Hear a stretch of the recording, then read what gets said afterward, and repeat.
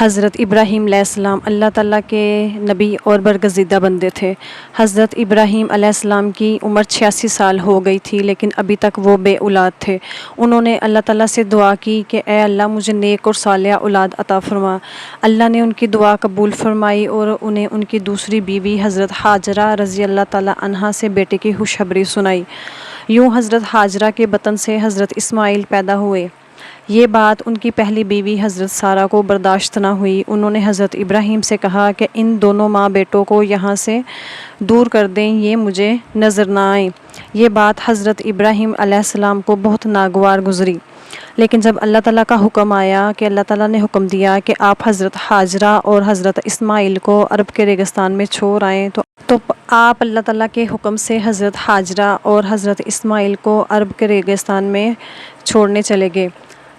تو آپ دونوں کو عرب میں ایسی جگہ لے آئے جہاں پر آج کعبہ شریف ہے۔ اس زمانے میں یہ جگہ بالکل غیر آباد تھی، کچھ کھجوروں اور ایک مشکیزہ پانی کے ساتھ۔ جب حضرت ابراہیم ان دونوں ماں بیٹوں کو وہاں چھوڑ کر جانے لگے تو اس پر حضرت حاجرہ نے ان سے سوال کیا کہ اس بیابان میں ہمیں کس کے آسرے پر چھوڑ کر جا رہے ہیں؟ تو اس پر حضرت ابراہیم خاموش رہے۔ آپ کی خاموشی دیکھ کر حضرت حاجرہ سمجھ گئیں اور انہوں نے آپ سے پوچھا کہ کیا یہ میرے رب کا حکم ہے؟ تو حضرت ابراہیم نے ہاں میں جواب دیا۔ حضرت حاجرہ نے کہا اگر یہ میرے رب کا حکم ہے تو وہ کبھی بھی ہمیں اکیلا نہیں چھوڑے گا۔ حضرت ابراہیم جب چلتے چلتے ایسی جگہ پہنچے کہ دونوں ماں بیٹے ان کی نظروں سے اوجھل ہو گئے تو انہوں نے اللہ سے دعا کی کہ اے میرے رب، میں اپنی اہلیہ اور اپنی اولاد کو تیرے آسرے پر چھوڑ کر جا رہا ہوں، تو ان کو روزی عطا فرما۔ حضرت حاجرہ مشکیزہ سے پانی پیتی رہیں اور کھجوریں کھاتی رہیں۔ جب پانی ختم ہو گیا تو وہ بہت پریشان ہو گئیں۔ حضرت اسماعیل بہت چھوٹے تھے اور پانی پینے کو ایک قطرہ بھی نہ تھا۔ ننھا اسماعیل بھوک اور پیاس سے رو رہا تھا۔ حضرت حاجرہ پریشانی کے عالم میں صفا کی پہاڑی پر چڑھی، پھر وادی میں آ گئیں اور پھر مروہ کی پہاڑی پر چڑھ گئیں اور پھر وادی میں آ گئیں۔ وہ پانی کی تلاش میں صفا سے مروہ اور مروہ سے صفا کی طرف چکر لگاتی رہیں۔ اسی چکر میں انہوں نے 7 چکر وہاں کے کاٹ لیے۔ پانی کی تلاش میں صفا سے مروہ تک چکر کاٹتی رہیں اور پھر وادی میں آ جاتی۔ وہ اس انتظار میں تھی کہ شاید کہیں سے ان کو پانی کا کوئی قطرہ نظر آ جائے، یا کوئی مسافر یا کوئی اللہ کا بندہ ایسا نظر آ جائے کہ کہیں سے انہیں اپنے بچے کے لیے پانی مل جائے۔ حضرت حاجرہ کی ممتا کا یہ جلوہ اللہ تعالیٰ کی بارگاہ میں اس قدر قبول ہوا کہ بیت اللہ کی زیارت کرنے کے لیے آنے والوں کے لیے اللہ تعالیٰ نے اسے لازم قرار دے دیا کہ وہ حضرت حاجرہ کی سنت کی پیروی کریں۔ اسی طرح جب 7 چکر لگا کر وہ واپس آئیں تو انہوں نے دیکھا جس جگہ حضرت اسماعیل ایڑیاں رگڑ رگڑ کر رو رہے تھے، وہاں سے اللہ تعالیٰ نے پانی کا چشمہ جاری کر دیا، اور وہ چشمہ آج بھی جاری ہے جسے زمزم کہتے ہیں۔ اس میں اللہ تعالیٰ نے مخلوق کے لیے شفا رکھی ہے۔ حضرت حاجرہ یہ معجزہ دیکھ کر بہت خوش ہوئی اور اللہ تعالیٰ کا شکر ادا کیا، خود بھی پانی پیا اور بچے کو بھی پانی پلایا۔ حضرت اسماعیل علیہ السلام ابھی 13 سال کے ہوئے تو حضرت ابراہیم علیہ السلام کو خواب آیا کہ انہوں نے خواب میں دیکھا کہ وہ اپنے بیٹے کو حضرت اسماعیل علیہ السلام کو ذبح کر رہے ہیں۔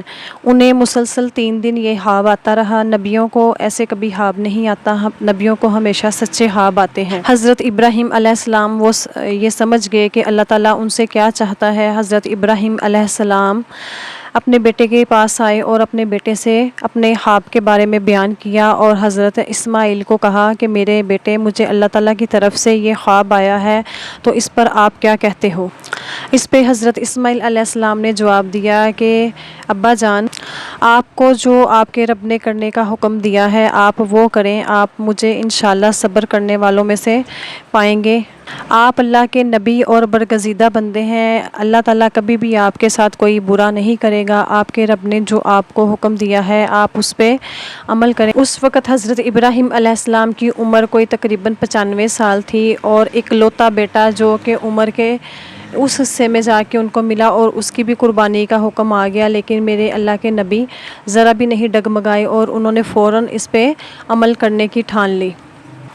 حضرت ابراہیم علیہ السلام اپنے بیٹے حضرت اسماعیل علیہ السلام کو لے کے مینا کی طرف چلے گئے۔ حضرت ابراہیم علیہ السلام کو حضرت اسماعیل علیہ السلام نے کہا کہ ابا جان، آپ میرے دونوں ہاتھوں کو اور دونوں پاؤں کو باندھ لیجئے گا، آپ اپنی آنکھوں پر پٹی باندھ کر مجھے الٹا لٹا کر قربان کیجئے گا تاکہ آپ کا دل کہیں اپنی اولاد کے لیے نرم نہ پڑ جائے۔ حضرت ابراہیم علیہ السلام نے بالکل ویسا ہی کیا جیسا کہ ان کے بیٹے نے کہا تھا، اور ان کو باندھ کر ان کی آنکھوں پر اور اپنی آنکھوں پر پٹی باندھ کر ان کو الٹا لٹا کر ذبح کرنے ہی والے تھے کہ جیسے ہی انہوں نے چھری چلائی اور اپنے بیٹے کی گردن کو کاٹنا چاہا، لیکن چھری تھی کہ چلنے کا نام ہی نہیں لے رہی تھی۔ حضرت ابراہیم نے پورے زور و شور سے اس کو چلانے کی کوشش کی، لیکن چھری کو اللہ تعالیٰ کی طرف سے نہ چلنے کا حکم ہوا تھا۔ وہ چھری کیسے چلتی جبکہ اس کو اللہ تعالیٰ کی طرف سے چلنے کا حکم ہی نہیں تھا۔ اتنے میں اللہ تعالیٰ نے آسمان پہ فرشتوں کو حکم دیا کہ اے فرشتوں، جاؤ جنت سے ایک مینڈھا لے جاؤ، میرا خلیل اللہ اب نہیں رکے گا، وہ ذبح کر کے ہی رہے گا۔ اس پہ فرشتے جنت سے ایک مینڈھا لے آئے اور حضرت اسماعیل کی جگہ اس مینڈے کو رکھ دیا، اور جب حضرت ابراہیم کے ہاتھوں کو نرم گرم خون لگا، انہیں یہ احساس ہوا کہ شاید بیٹے کی قربانی ہو گئی۔ جب انہوں نے اپنی آنکھوں سے پٹی کھول لی تو یہ دیکھ کر حیران رہ گئے کہ ان کا بیٹا صحیح سلامت پاس کھڑا مسکرا رہا تھا، اور ان کے بیٹے کی جگہ ایک مینڈا ان کے ہاتھوں سے ذبح ہو چکا تھا۔ اللہ تعالیٰ کی طرف سے حضرت ابراہیم پر وحی نازل ہوئی اور اللہ تعالیٰ نے فرمایا کہ اے ابراہیم، یہ اللہ کی طرف سے صرف تمہاری آزمائش تھی جس میں تم کامیاب اترے، اور اللہ تعالیٰ کو تمہارا یہ عمل بہت پسند آیا۔ اور حضرت ابراہیم علیہ السلام کا یہی عمل جو ہے اللہ تعالیٰ کا پسندیدہ عمل، جس کو اللہ تعالیٰ نے تمام مسلمانوں کے لیے قیامت تک کے لیے سنت قرار دے دیا ہے۔ ابراہیم کو اللہ تعالیٰ نے رہتی دنیا تک تمام مسلمانوں کے لیے سنت قرار دے دیا، اور اسی کی یاد میں تمام مسلمان عید الاضحیٰ کو اللہ تعالیٰ کی بارگاہ میں قربانی پیش کرتے ہیں۔